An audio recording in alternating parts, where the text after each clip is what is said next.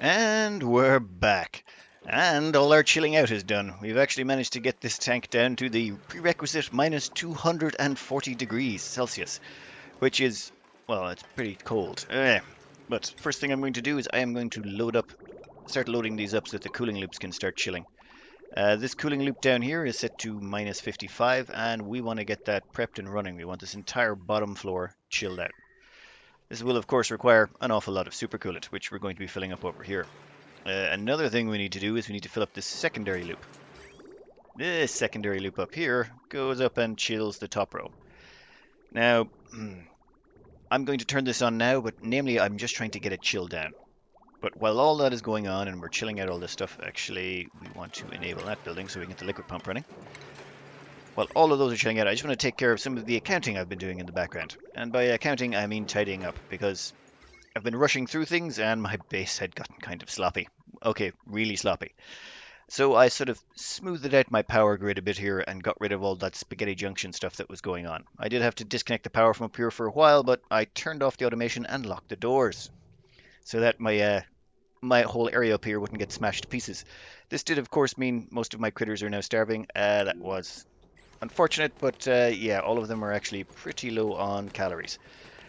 But I kind of had to do it because that power grid, I just couldn't draw from it anymore. Now, a couple of other things that need doing. Well, the other one was this steam turbine over here, this heat deletion device. I don't need it anymore.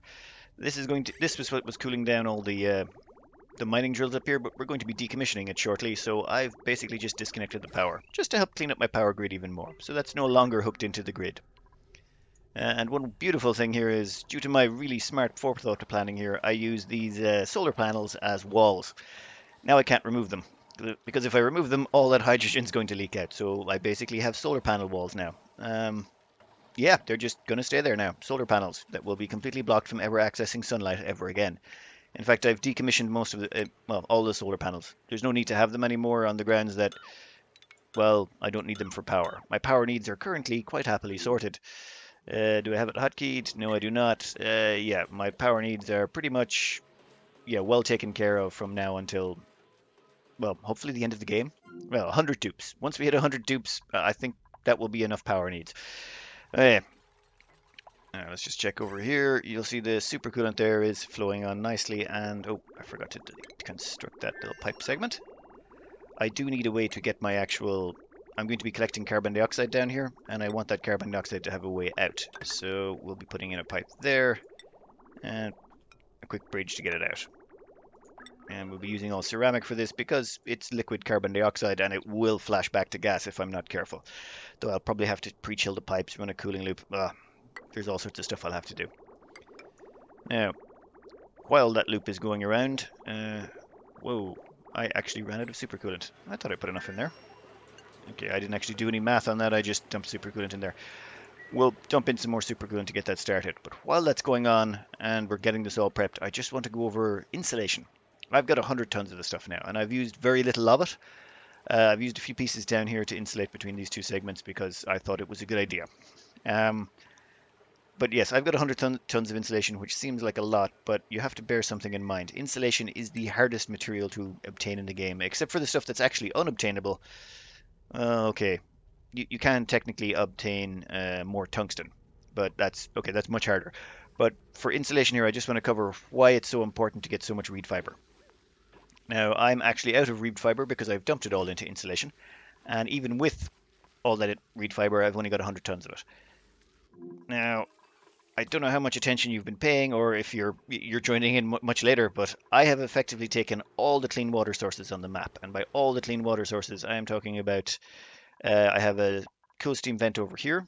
I have a second cool steam vent up here, and I have a polluted water vent over here, or a cool slush geyser. I have basically been any clean water that's gone into my electrolyzer systems to provide oxygen, that's all been used, but effectively all the excess water has been turned into polluted water, and all of that polluted water has been dumped into reed fiber.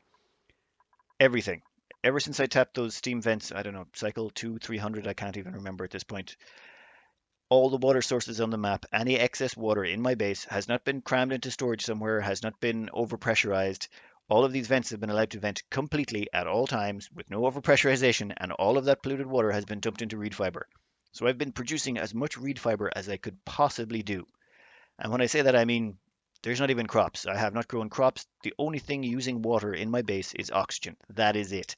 So every single other gram of water produced for the last, what, 1,000+ cycles has gone entirely into reed fiber. And I still have only managed to achieve 100 tons of insulation. Maybe 140 if we take away any insulation I've used elsewhere. Not a lot. That's how much insulation I've managed to achieve despite dedicating an enormous amount of my playstyle towards getting it. Now, maybe the new patch coming out will change this, but if you want to use insulation in any amount, you've got to start from the beginning, targeting getting reed fiber up and running. Now, how's our cooling loops going? Yeah, we still need lots and lots more of this stuff. Is it? Yeah, auto bottle is on. Auto bottle is on. Oh yeah, well I'm going to jump forward here while all of this, while we fill up all of these cooling loops. And if we actually check the temperature overlay there, oh, already down to 43. You're down 55. Yep. Okay, we'll soon enough have this whole layer pre-chilled. Once all the pre-chilling is done and all the supercoolant is actually brought down to the prerequisite level, we'll skip back in. Also, let's welcome new recruit 21 to the fold. I'm not even sure if I need another gym for all of these dupes at this point. How many are actually on the wheels? Actually, I might actually have to build a second gym. I've got too many of them currently in training. How many have we got in training? Once the game unfreezes, we're up to 10 to 21. Actually, you know what? With scheduling and all that, they should be fine. That's a problem I'll push forward to a later date. 1 second while they sort this all out. And a quick promotion. We've got a new recruit coming in, or a new recruit who's promoting themselves. There'll be a Dig Dug and it'll be Hydra. And big thanks to Hydra for convincing me to put up a Discord. There would be no Discord if it wasn't for Hydra. So thanks very much, Hydra. You get to be a Dig Dug in a base that will probably implode upon itself at some point in the future. I don't know if that's a promotion or not, but welcome. And new suit and promotion acquired. Now, before I fire up this regolith capture device, I just want to show you what it's like when you actually have this many dupes. Okay, true, about 10 of those dupes are currently doing whatever, are still running on hamster wheels, but I've got an awful lot of builders, and this is how quickly they actually can construct something. It's kind of terrifying when you see that many dupes just show up, bringing all the materials, and just smash it out of the way. Not all of them are the best builders yet, but they'll get there. They'll get there. We've got some building projects left to do. But yeah, this is the kind of production capacity you can expect. It's quite enjoyable. Anyway, this loop over here is just about hitting operating temperature. We're down to 157, so okay, there's an awful lot of supercoolant in these pipes, which is why it's taking so long to chill it down. But give it another 1 or 2 cycles and we should be ready to actually do that changeover. So I'm just going to skip forward, and the next thing we're going to do is we're going to be ripping all of this out and replacing it with the improved regolith capture device. Of course, another new recruit showed up. Not going to complain. That brings us up to 40 plus 6 in the rockets, 46. Another 4 and we'll be at the 100 mark. I mean, the 50 mark. So we're finally ready to actually tear this whole monstrosity down and replace it with a different monstrosity entirely. First thing I want to do, though, is I want to disconnect the automation wire. I want the bunker doors to close. I don't want them getting in the way. I want them to close and stay closed because, actually, you know what? I'm going to harvest this last batch of regolith, then we're going to decommission this sucker, I think. Yeah, that might be a smarter plan. I want that last batch of regolith because my shovels are a little bit hungry at the moment. Okay, then. Meteor shower is over. We're collecting all the regolith. We're good to go. Now, the reason I want to disconnect these is I have to actually move all of these bunker doors 2 tiles to the left. And namely because right over here I actually have a little bit more space and I need to harvest every single last scrap of space I can get for regolith if I want to be able to, do what I'm going to do, which is support 100 dupes. I don't know why I agreed to this in the first place. So, I will move all the doors 2 tiles to the left. Yeah, that's not too hard. Should be fairly simple. So I'll just skip forward until half the bunker doors are gone, and then we can replace them with the new bunker doors. And yeah, fairly straightforward. We've got all the bunker doors going up. Hopefully I can replace them before the next meteor shower comes in and smashes this place. Again. Yeah, I was looking up the details on meteor showers. It turns out there's a meteor season, as in it's 10 cycles long, and during that period you have well, meteor showers will happen every 300 to 1200 seconds, according to the wiki entry. How accurate that wiki entry is, I don't know. It seems to have been put up a long time ago, so I don't. It should still be accurate. Then there's a 4-season downtime where there's absolutely no chance of meteor showers. And yep, someone's actually marooned themselves. You can get down from there. Oh, did they make it? Yep. Oh my god, there was actually 2 of them up there. And we'll put in that last bunker door. Oh, one last thing I have to do actually is a couple of bunker tiles here. Yeah, I knew this is going to be a thing. This is basically going to be my new collection area. Now all I've got to do is demolish all the drills, the shipping overlay stuff, all of that junk has to go, the whole lot of it. So I'll just demolish just a little bit here to show you what I mean. Basically all of this is gone. Yeah, you're all gone. You're all gone. Yeah, pretty much everything in this whole area demolished. I'm going to be replacing it all with just background tiles, and that's it. This whole area is just going to be a collection zone for regolith and carbon dioxide. Yeah, I'll just skip past the rest of this decommissioning bit. You don't need to see me decommission all of those. What's more important is when we actually come back in and put in all the drywall and get ready for operation. A complete strip out of everything that was there, except for the ladders, of course, because I do need to actually get back in here when the time comes.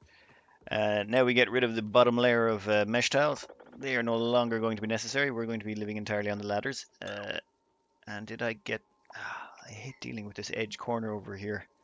I'm pretty sure there's bunker tiles all the way along there. Or there should be anyway. Simplest thing to do actually. Grab a bunker tile. Go into screenshot mode so you can scroll a bit further sideways. Yeah, that seems to be bunker tiled all the way top to bottom. Yeah. Oh, no, missing a couple. Yeah, you're going to want to bunker tile the whole way down pretty much. Regolith will have a chance to come in otherwise. Should I do it down this far? So you know what? I'll take out that last piece. I don't want it. Oh. Yeah, that actually up-tapped me out of the game. Never mind. You know what? I'll leave it there. I can go down that far. But yeah, we decommission this all across here and we just replace it with drywall pieces. We want to keep all the regolith, all the carbon dioxide, everything in here. This is basically a big giant collection pit for carbon dioxide and regolith. Now the reason it's so big is that's pretty much the size I decided on at random when I was trying to figure out how high regolith would accumulate during a meteor shower. So I believe it's 19 tiles between the bunker doors.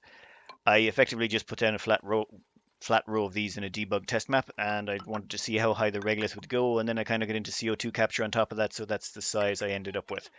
No more reason than that. I wish I had been more scientific, and if I had a couple of weeks, I'd actually play around with this and try and min-max it, but I don't, so all I'm going to do is just leave it at this height. I've configured the aquatuner and the amount of chilling I have available to manage at that level, so this should work out hopefully okay. Yeah, we'll have to see. Now, one last thing I want to do here is wall that sucker right in, and we want to start decommissioning all the ladders. We want this place completely devoid of anything that can actually get damaged by meteors. Please tell me that's only going to take out ladders. Buildings, yes. Okay. That'll take out the top 4 rows. Dupes can stand on top of one ladder segment and take out ones 4 above. If I mess it up, I'm sure I'll find out soon enough. Anyway, I'll skip this forward a bit until we're a little bit closer to firing up. I still got to remove all that debris in the bottom from what used to be built here. But this shouldn't be too much longer in video time. So I forgot to hook up some power cables while I was at it, so I'm going to have to rebuild some of those ladders, also the automation wire. But by and large, it's actually turning out okay. We're almost there. New printables. Flatulent. I can't take flatulent. Shine Nymph. Yeah, why not? It'll get sent down to my home base, and eventually once it drops an egg, they only live 10-15 cycles. Once it drops in eggs, it'll get carted over to this area. There was a question actually someone asked, could I actually run a solar panel here? I probably could actually. What's the light levels looking like? 2200 lux? I don't know if that's enough to run a solar panel, but pretty close. You'd at least get some power out of it. The problem is the amount of shine bugs it takes to get solar to run on shine bugs usually kills your frame rate. I'm probably going to have to kill off the shine bugs at some point anyway, just to free up some frames, especially as this gets later and later in the game. Now, I'm just going to, do some more fast forwarding until I've got those power cables, automation wire in place, and everything up and running and ready to go. Well, dismantle down to here and then all this debris removed. At that point, we should be ready to fire this sucker up. I have to admit, this is one of the longer builds. I thought this would be much quicker to build, but this actually took more effort than the natural gas boiler. The natural gas boiler felt like it didn't take nearly as much problems. Also, I'm prepping the next section of it so I can put in a second one. How's the steam turbine looking? Ooh, that's getting up pretty hot. I might want to turn that off for a bit.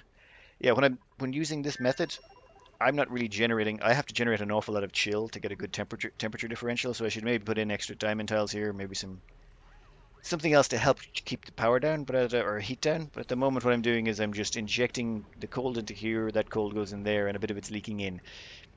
And at the start, it was problematic, but now I'm down to about 37 degrees. I think that I can actually just leave that on. I'll keep an eye on it, but if you're doing one of these yourself, be aware if you turn it on and just leave it run flat out, you might get overheating on the steam turbine, which means it shuts off and this will become a problem. So my advice would be to maybe turn this off every so often. Keep an eye on it. If it starts getting close to 100 degrees, turn it off, let the chill rotate through, and then turn it back on again. But yeah, we'll cut it out and we'll be back in a minute. And the last of the debris is gone. We can actually get ready to fire this sucker up. I must say, I am really, really, really, really, really looking forward to see if this works. If it doesn't work, I'll of course be very disappointed, but if it does, yes, it should be quite spectacular. Now, we'll just wall that sucker in there. We don't any, well, I'm still going to have the odd bit of regolith spawn on this side if a meteor hits this at an angle, but this wall will be removed later. I'll be doing something else over here, basically another one of these. But for the time being, I think we can actually start hooking this up and letting it rip. Now, power overlay. We have power provided to the top row, power provided to the bottom row. Yeah, everything's powered. Automation-wise, very simple. We have one space scanner. Yes, it can't even see the sky, I know, but we don't care. It's basically taking its data from the naked scanner we've got over there, so it'll be fine. This basically is feeding the signal up here. We have one NOT gate linked in. Oh, we better finish that wire, which links into there. Now, that tells those doors to open when those doors up here are closed. You'll notice these ones here are going to stay closed. These doors won't open until a meteor shower starts. I know that seems a bit odd, but we basically want to only open the doors when the meteor showers start. Once they start, then we're going to collect, well, once they start, these doors will open, let the regolith in and the meteors in, and once the meteor shower is over, we open these doors down here to let the regolith fall down and get harvested. Well, that's the plan. Whether or not it works, we'll have to see. So, well, it should work. I mean, I did a lot of testing in the background on a debug map, so I'm pretty confident this will work. But you never know. So, what I'll do here is I'll just cut this out and we'll cut back in when the first meteor shower starts. Oh, finally. Finally a meteor shower started. It's been about 5 cycles. I've been trying to get stuff done in the background, but I keep having to come back to check here. Now, what's going to happen here is meteors are going to fall in here. They're going to hit this, well, the bunker doors, and then the regolith is just going to accumulate. Because we've got such a gap, we should be easily able to handle any amount of regolith that falls in here. It won't be huge. Sometimes you'll only get a couple of chunks. Sometimes it'll go up as high as about 5 or 6. I've even seen it go up as high as 7 one time. But the reason for all this extra space is to do with carbon dioxide. The meteors, as they fall down, they give off carbon dioxide. In fact, let's just bring up the gas overlay. And you'll see there's a bunch of carbon dioxide that's actually been, well, you can actually see the big trail it's leaving behind it as it comes in. So that hits, and the carbon dioxide is spreading out, filling up this area. Now, of course, how do you keep it in here? It's kind of hard. But what we've done is we've set up a cooling loop right across here, and it's so cold it actually chills the carbon dioxide and stops it. Well, it doesn't stop all of it from escaping. You'll still see some of it's actually escaping at the top, but most of it's actually getting captured in here and dropped back down. So you'll see that the carbon dioxide pressure down here is actually rising. So effectively the carbon dioxide floats up, hits this cooling loop. The cooling loop chills it down until it turns to a liquid, and then it falls right back down here. Of course, the moment it hits these bunker doors, it then shoots back up and then goes back up to the top and gets cooled down, and it's basically rain. It's raining in here. It's raining carbon dioxide constantly. And this will basically go on for the entire meteor shower. This is insanely energy intensive. Oh, by the way, we've got, just to cover this here, ooh, you can actually see the carbon dioxide there, the pools of it. Anyway, the only extra regolith we got out of this, as compared to the previous design, is we got 1, 2, 3, 4, 5. So we get 5 extra chunks here. It's not the biggest deal in the world. However, what happens now is this all falls down into the actual harvest layer. 1 second. You can actually see that the carbon dioxide is there hitting the bottom, but unfortunately the chill is not quite enough. You see the drywall here at the back? It's not actually cold enough yet. It's plummeting though. What's happening is if we pause it, you'll see the carbon dioxide is getting frozen up here. Well, turning into liquid up here. Oh, I should probably cover its freezing point. Carbon dioxide condenses at minus 48.1. Liquid carbon dioxide flashes back into a gas at, well, 48.1. Its freeze point is 56.5. This whole layer down here is frozen to about 55. Well, I've got a cooling loop going through it. Unfortunately, we still have to chill that drywall in the background. Until that bottom layer of drywall is chilled, we're still going to get it all immediately flashing back into gas. But the moment it does, it goes back up here, gets chilled, and dropped back down again. So it's constantly getting chilled. Now, this regolith here is actually an annoyance in some ways. As this liquid falls down and it's hitting that regolith, it's flashing back into gas because that regolith is quite hot. But once that's all gone, now it's all hitting the bottom layer. So what I'll do here is I'll just fast forward this as this actually accumulates. Ooh, actually, we've got a little bit of carbon dioxide that's built up over here already. How much have we got? We have 4 kilos, 5 kilos.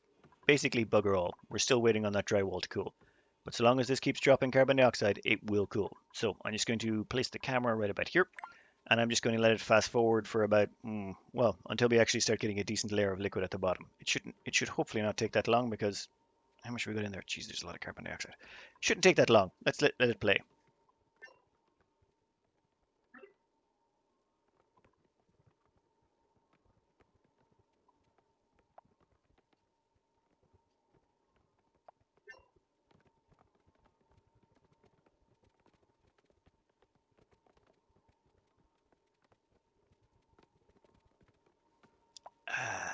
Excellent. As you can see here, it's actually all moving along slowly.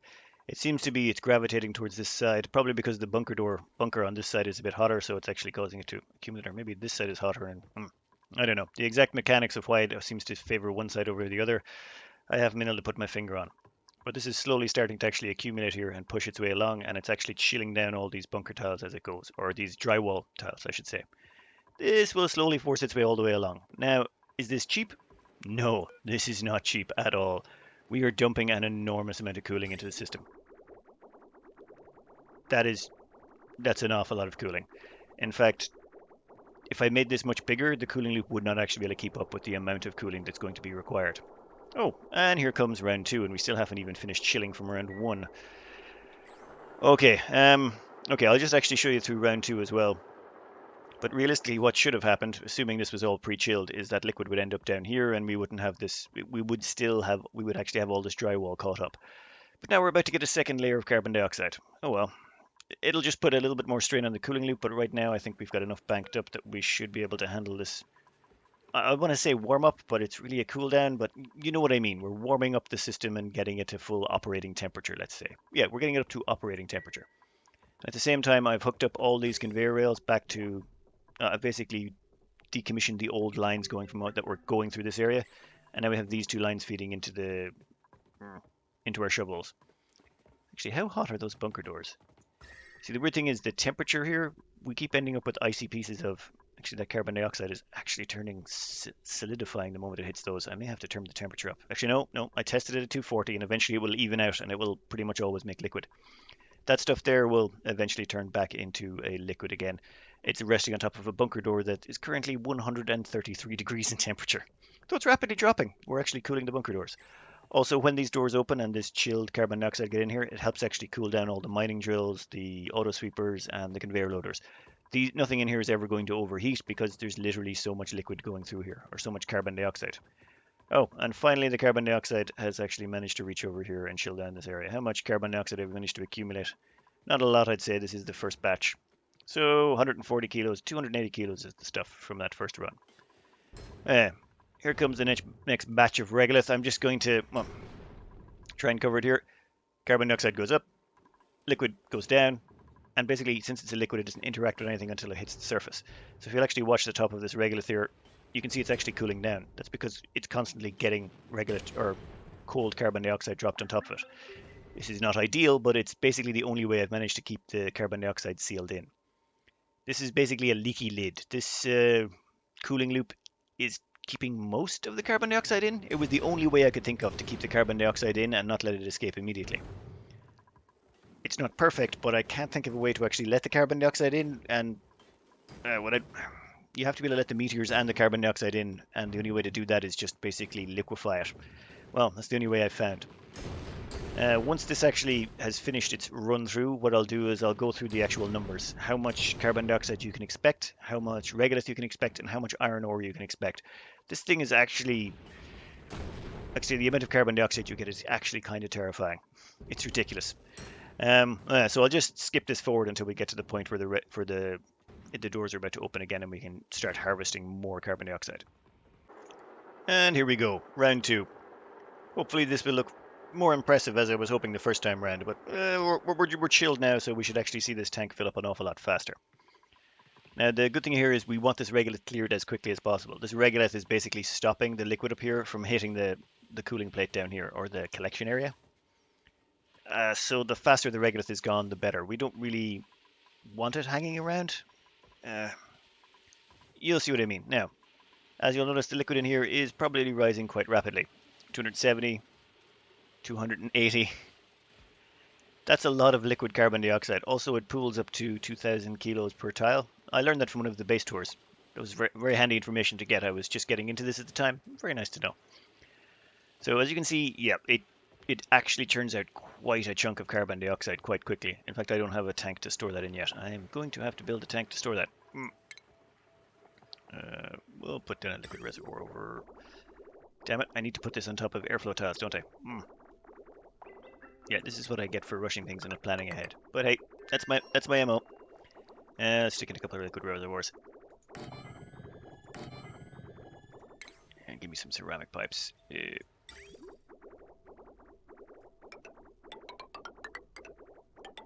Yeah, some of this is going to crack the piping, but I don't care just yet. That's a future problem. Now, once the meteor showers have finished these doors up top close, I'm not sure how important this is. It might be okay for me to actually remove those. And oh my god, there was an automation wire over here that had gotten that hadn't been completed building. So during the interim there, what I did was I built a ladder up here so that the dupe could get up, walk across all the way over here, and build the automation wire. I wasn't sure it would work, but it seems to have, because that automation wire is now complete, and now I can start harvesting regolith from that door. Let's maybe stop dupes from doing that again. Yeah, we'll just deconstruct those. Actually, wait. Let's deconstruct those one at a time. Otherwise, the dupe might stand on top of the bunker doors and do that. Yeah, you can't trust them. They're dumb. Dumb but adorable. Now let's see. As you can see, all the carbon dioxide is floating up, condensing, coming back down here. And if we check out our little thingamabobby here, yeah, we're not quite keeping up with all the chill, but that's to be expected. But it will even out. I ran a stress test on this for 200 cycles, and it worked. It worked for 200 cycles solid, so as far as I can tell, this is a decent build, but we'll find out here. This will run. I'll have to run this for a few hundred cycles to be 100% sure on survival. Now, let's leave this do his thing. Oh, and on the bright side, it will always rain here.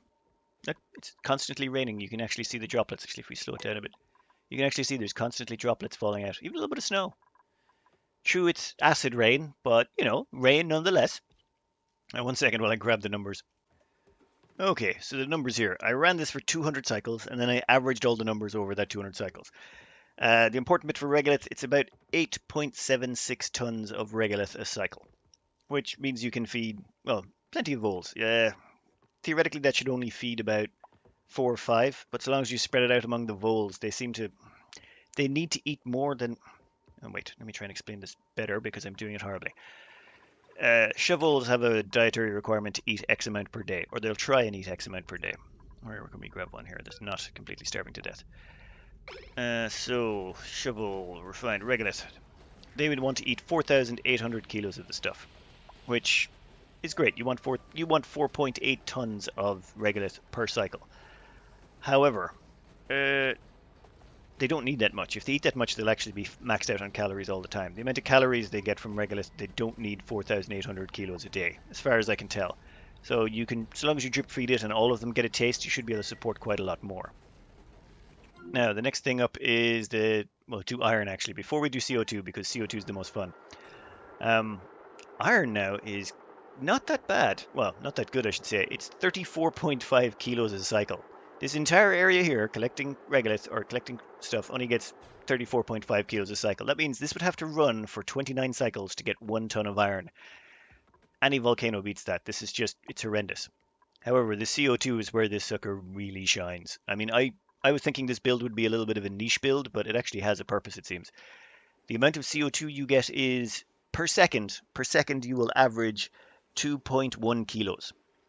That's 2.1 kilograms of carbon dioxide per second. That's 2 full gas pipes of carbon dioxide. To put that in perspective, 1 second. This entire natural gas array, if it was running flat out, would not produce that much. If I had all of these active, they would not produce that much carbon dioxide. This produces an absolutely gargantuan amount of carbon dioxide. Now, our use for this carbon dioxide is quite simple. We're going to take all this carbon dioxide and feed it to slicksters. We're going to need a lot more slicksters, about 60 of them. We're going to need 60 more slicksters on top of what we currently have just to take care of the carbon dioxide we're going to get from that first build. Then we're going to, well, once the slicksters have done their job with it, we'll have crude oil, which we will then cook into petroleum here, turn that petroleum into natural gas in our natural gas boiler, then we'll burn it in our natural gas generators. That'll spit out polluted water. The polluted water we will throw into our water sieves. Our water sieves will spit out clean water, and the clean water we will feed into our oxygen production, which will provide us enough oxygen for about, I think about 7 dupes, give or take. Yeah, but basically we get 7 dupes worth of oxygen out of this, out of all the carbon dioxide we're harvesting. We're literally turning carbon dioxide into oxygen. Don't ask me. Just I love this game for the sheer insanity of things you can do in it. So you can literally harvest carbon dioxide from space and turn it into oxygen. Like, do you ever heard that expression, we're made of star stuff, because all the heavier elements were made in stars that later exploded, and then those exploded stars basically form planets? Yes, well, my dupes are not made of star stuff. They're literally breathing star stuff. In fact, I'll be able to feed them on star stuff because I'll be running about 60 slicksters on literally the carbon dioxide I'm harvesting from the stars. Very nice. Now, this, of course, would not be very useful for most people. Unless you're trying to do something ridiculous like me, this doesn't seem very useful. However, there are some people who would benefit enormously from building something like this, and that is vegetarians. If you run crops, one of your big bottlenecks is going to be dirt. Dirt runs out a lot. Dirt is really hard to harvest. There's whole threads on how to cook dirt, as in heating up slime and algae. If you heat them up hot enough, they turn into dirt. Heat them too hot, they turn into sand. So, there's dirt cookers out there, that kind of thing. But if you just take this CO2, I run some napkin calculations, you'll be able to feed about 7 carbon skimmers, and that will give you 7 kilos of polluted water. 7 kilos of polluted water will basically run these water sieves and give you enough dirt, because water sieves kick out polluted dirt. You'll get enough dirt to run about 20 dupes on sleet wheat. So just one of these will allow you to get enough dirt to feed 20 dupes sleet wheat forever. Well, theoretically. As well as that, I haven't min-maxed this design. And by that I mean this design was pretty much just roughed out. The whole depth of it, all that things. This could definitely be optimized further for CO2 capture. For me, it's sufficient for my needs, but if you're planning on using one of these to make lots and lots of dirt, my advice, make it half as wide. Have it 8 bunker doors wide, and then make it 3 times as deep. The deeper it is, the more carbon dioxide you can capture. As well as that, the higher energy cost here is because the gap between where the liquid hits and how quickly it then flashes back to gas and gets back up for even more required cooling is what has minimized the size of this. If it had to drop, say, 3 times as far, it takes it 3 times as long to get back up to the top. So theoretically, you should be able to make this 3 times as deep, 1/3 or 1/2 as wide, and you should be able to get more. You might even have to, you can play around with it yourself, figure it out. But you can definitely harvest an absolutely ridiculous amount of carbon dioxide from this. And I had to come up with a name for it, and I went through several names. I was thinking the acid rainer, because it's acid rain, the weather machine, all sorts of stuff. But the simplest and easiest one is it's a carbon sink. It's literally a big rectangular sink with a drain in the corner. So yeah, I'm not really great at names, but it's definitely, it looks like a carbon sink. It acts like a carbon sink. We've got our little drain over here. It's like one of those rectangular white sinks you see in an old farmstead somewhere. Let's see how we're doing. We have managed to accumulate 2,500 kilos of carbon dioxide already. This thing is pretty goddamn ridiculous. I love it. I love it. Yeah, so next up, I'm going to actually be probably building a second one of these just so I can get more regolith. The carbon dioxide I'm not going to have much use for yet because I do not have enough slicksters. I'm going to be building two of those carbon capture devices, or two carbon sinks. So I'm going to need to have space for 120 slicksters on top of these guys. So 8 into 120. Okay, I'm going to need a lot more ranches. I'm probably going to have to rip out all of this, and I'm going to have to find some way to use this space probably over here as much as that. And why is that still over there? So yeah, I need to build an absolutely ginormous slickster farm. I'm also going to automate omelet production because it's going to produce way too many omelets, just ridiculous amounts. Yeah, so I think next up it's going to be build a really, really, really large slickster stable. Like really, really large. I'm probably going to have to demolish all of this to make way for more slickster ranches. As well as that, there's other complications from doing this whole thing. The amount of CO2 I'm getting is it's over 2 kilos. Let's say 2 kilos. That means if I feed it all to slicksters, I'll have an extra kilo of crude oil. Yes, this here is going to give me a whole extra kilo of crude oil, assuming I feed it to the slicksters. So that whole extra kilo of crude oil will mean I'll have to start adjusting the rates on this because it's not going to be able to handle what's it currently set to. I think I've got it at 6.2 with a kilo overflow. I'm going to have to set that to 7.2 for the first one, for the first carbon sink. And then once I get the second carbon sink up, it'll be 8.2. That's assuming I can support 120 slicksters without my whole computer falling over. How are we looking on this? Actually, this is all caught up. Yep. Automation signals going across. As well as that, I am really, really, really glad that when I designed this natural gas boiler, I made sure it can work up to 10 kilos because I think I'm going to be running this at say 6.7, 8.7, about 9.7. I'm going to be running this at about 9.7 kilos on average.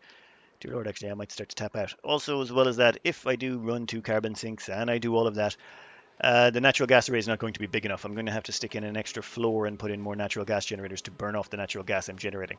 So yeah, if I had have known when I originally started out with this build that you can harvest this much carbon dioxide from space, I definitely would have planned things a little bit differently earlier on and left myself more room for several of these things I'm going to have to install. But I think we can leave this episode here. I am going to have to actually rip out all of this as well and replace it with a second carbon sink, which means I can remove that wall. As well as that, I've got another minor complication. And by minor complication, I mean a huge annoyance. Yeah, when I moved this over here, I forgot that it's in range of these steam turbines, so it's getting interference, which means I'm not going to have possibly the best scan quality, but I realized if I stick one up here, another one over here, that gives me an extra 37%. So I get an extra 37% scan quality there. Combined with that, that brings me up to actually slightly over 100%. So I should be fine with just these three, though I'm going to have to split those grids now because there is way too much power draw on that wire. Yes, lots of complications from this sort of unintended build that actually worked out really, really, really well. If you have any friends who are vegetarians, now you can basically advise them if they need any soil or dirt for their actual farming, there they can go. They can get 20 duplicates on sleek wheat out of this. Now I haven't done the math for fertilizer. I'm a member of the Church of Ranching, and if I did any more encouragement towards people farming, they'd probably excommunicate me. And I could not go back to bread from barbecue. I just couldn't do it. My dupes would riot. But I'm open-minded. If you are still in the heresy of farming, you can definitely get yourself an awful lot of renewable dirt out of this. Yes, but getting this liquid carbon dioxide down to the bottom of the map for my slicksters, yeah, that's going to be interesting. And maybe I'd be better off moving it. You know what? I can do all of that off screen. But yes, the carbon sink. I hope you enjoyed, and I hope you found this at least marginally entertaining. I, of course, made several mistakes, but at the end of the day, it seems to have worked. So hope you enjoyed, and good luck.